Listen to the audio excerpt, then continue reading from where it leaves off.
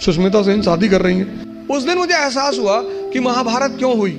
आज आप गेरुआ पहन लो, आज आपके जीवन की सारी चुनौती खत्म। मुझसे लोग पूछते हैं उत्साह कहां से आता है? शक्ति से। इसीलिए तो बुजुर्ग लोग शादी कर रहे हैं। जीवन मतलब युद्ध। उन्होंने मुझे कभी निराश नहीं किया। और दुनिया में राइज करने का सबसे अच्छा साधन है बेइज्जती। खड़ा हो जाता है। भीष्म पितामह का इससे क्या लड़े? हथियार उसके भी हाथ में है, लेकिन वो मानते नहीं उसको। जीवन में एक और अहम बात है, वो है व्यक्तित्व। व्यक्तित्व का मतलब बदमाशी नहीं होता। कॉलर खड़ा कर लिया, 3 बटन खोल ली, चाबी नचाते हुए जा रहे, ये सब नहीं होता। हमारे देश की एजुकेशन सिस्टम ने जिसको सबसे ज्यादा निगलेक्ट, मतलब मैं देखता हूं लोग 4 आदमी के सामने बोल नहीं पाते। कई चीजें हैं जो मैं हर सेमिनार में रिपीट करता हूं, उसमें से एक ये है कि स्टूडेंट, भिखारी और सन्यासी की कोई इज्जत होती नहीं। कि तुम लोग जो अपनी इज्जत बचाने की कोशिश करते हो, अपने स्कूल में किसी कारणवश पकड़े गए, कार्रवाई हुई हमारे ऊपर, तो मेरी माताजी ने कहा घर में कि कुल का नाम खराब कर रहा। तो मेरे पिताजी ने बड़ा अच्छा जवाब दिया, बोले कौन सा मुगल कुल है कि हमारे कुल का भारत में बड़ा नाम। बोले कोई बात नहीं बेटा, जाओ, तुम हो गई गलती तो कोई बात नहीं। स्टूडेंट, तुम जहां भी सीखने जाओगे ये सब कॉन्सेप्ट लेकर, मैं तो क्लास में देखता हूं 500 लड़के 600 लड़के बैठे होते हैं, सवाल ही नहीं करते, एक दूसरे का चेहरा देखते हैं। जब तुमको तुम्हारी एजुकेशन इतनी हिम्मत नहीं दे पाई कि तुम भीड़ में खड़े होकर प्रश्न कर सको, तो वो एजुकेशन तुम्हारी जिंदगी को कैसे बदल सकती है? अगर तुम पढ़े लिखे हो, शिक्षित हो और तुम सवाल नहीं कर सकते, भाई तुम सवाल, यहां इतने सारे लोग बैठे, अगर तुम कोई क्वेश्चन पूछते हो और लोग हंसते हैं, क्या फर्क पड़ता है? लोग सिर्फ मुर्दों पे नहीं हंसते। तुम अगर जिंदा हो, तुम जिंदा हो तो लोग तुम पर हंसेंगे। तो एजुकेशन कम से कम इतनी तो क्षमता दे कि मैं पूछूंगा हाथ उठा के। कितने लोग आते हैं कोचिंग करने, वो कोचिंग से वापस चले आते हैं, वो अपने डाउट्स पूछते ही नहीं क्लास में, टीचर से मिलने ही नहीं जाते।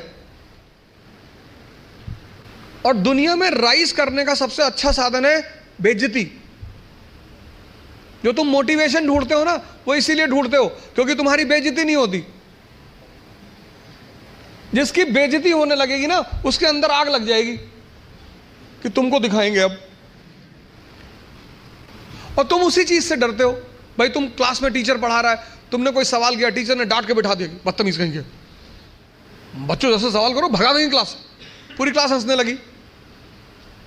कितनी आग लगी अंदर कि मास्टर आईएएस बनेंगे, बंद कराएंगे तुमको, कुछ भी हो जाए। तभी तो पढ़ोगे। या तो आप हंस हंस के लड़ोगे या रो रो के लड़ोगे। जीवन मतलब युद्ध। 2 लोगों के जीवन में कोई लड़ाई नहीं है। एक चपरासी के जीवन में, चपरासी, कुछ लोग मुझसे कहते हैं मुझे चैलेंजेस नहीं चाहिए लाइफ में। बहुत अच्छा, चपरासी बन जाओ। चपरासी का काम क्या है? साहब के ऑफिस के बाहर बैठा हुआ है, जो भी मिलने आया मीटिंग करा दी, वरना बैठे हुए, क्या फर्क पड़ता है? और वो भी चपरासी अगर ब्यूरोक्रेसी का है, जुडिशरी का है। भाई राजा से मिलने के लिए जो सबसे अहम आदमी होता है वो यही लोग होते हैं, यही इंफॉर्मेशन देते हैं। साहब कितने बजे आते हैं, साहब कितने बजे जाते हैं, कहाँ जाते हैं, गोल्फ खेलने कहाँ जाते हैं।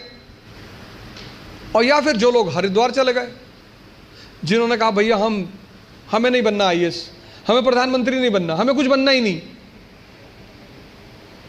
आज आप गेरुआ पहन लो, आज आपके जीवन की सारी चुनौती खत्म, क्योंकि आपने मान लिया कि आप इस जीवन की लड़ाई में शामिल नहीं हो। लेकिन जीवन का मजा भी तो यही है। और करना क्या है? भारत आज एक दुनिया का ऐसा देश है जिसके पास सबसे ज्यादा युवा हैं।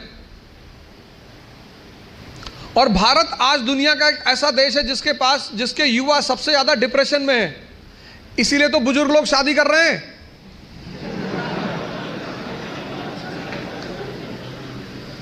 अरे नहीं, मैं नाम क्यों लूं किसी आदमी का?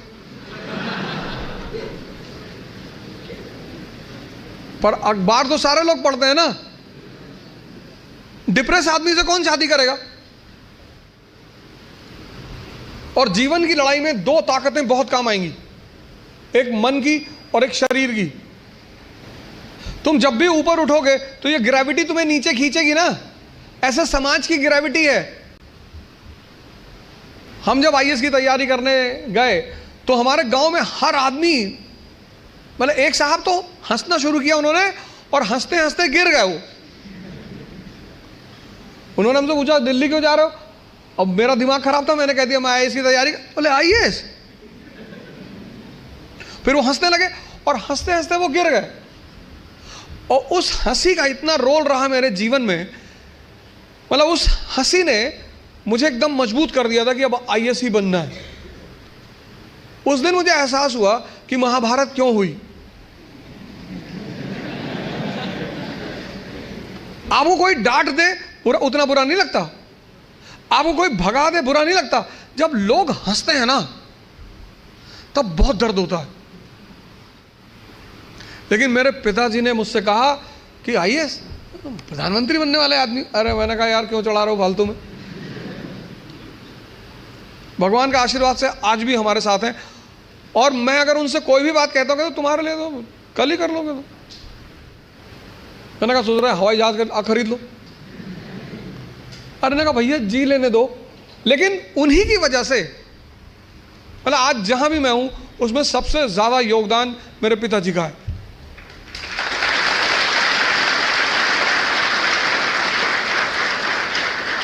और वो योगदान क्या है सबसे बड़ा? उन्होंने मुझे कभी निराश नहीं किया। हमेशा हर चीज में, अरे तुमसे क्यों नहीं होगा, तुम ही करोगे। मैं जब सेमिनार लेने निकलता हूं तो आमतौर पर उनसे बात कर लेता हूं। कोई भी मैच हो तो जब मैच खेलने आप उतरते हो ग्राउंड पे तो हर मैच में एक फीलिंग तो रहती ही है। मैं उनसे बोलता हूं कि यार सेमिनार है, हाँ ठीक है तुम जाओ, तुम एक दिन यूएन में भी बोलोगे। और वो चीज इतनी उत्साहित कर देती है। तो मैं सब लोगों से यहां रिक्वेस्ट करूंगा कि आप योग और ध्यान से जरूर जुड़ें। ध्यान किसी धर्म का नहीं है, उस ध्यान पर किसी धर्म विशेष की मोनोपोली नहीं है। ध्यान का सीधा सा मतलब है अपने मन को समझना।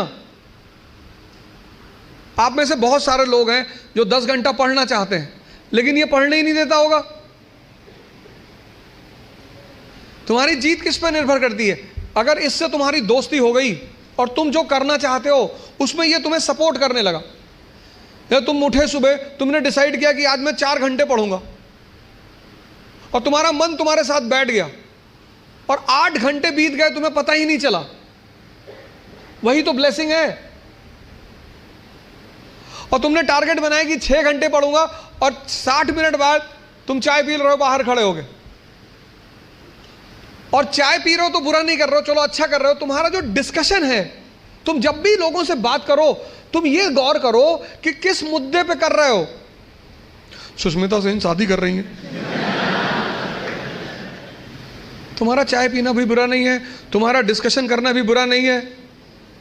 बुरा है तुम्हारा मुद्दा। चलो बाहर निकल ही आए, बात कर रहे हो, कोई बात नहीं, तो किसी ऐसे मुद्दे को उठाओ जिससे, और डिबेट का मतलब झगड़ा नहीं, डिबेट का मतलब एक्सचेंज ऑफ इंफॉर्मेशन। पूरी जिंदगी तुम ये कभी नहीं कह पाओगे कि अब मुझे सब कुछ आता है, और जिस दिन तुमने ये कह दिया किसी मेंटल हॉस्पिटल जरूर चले जाना।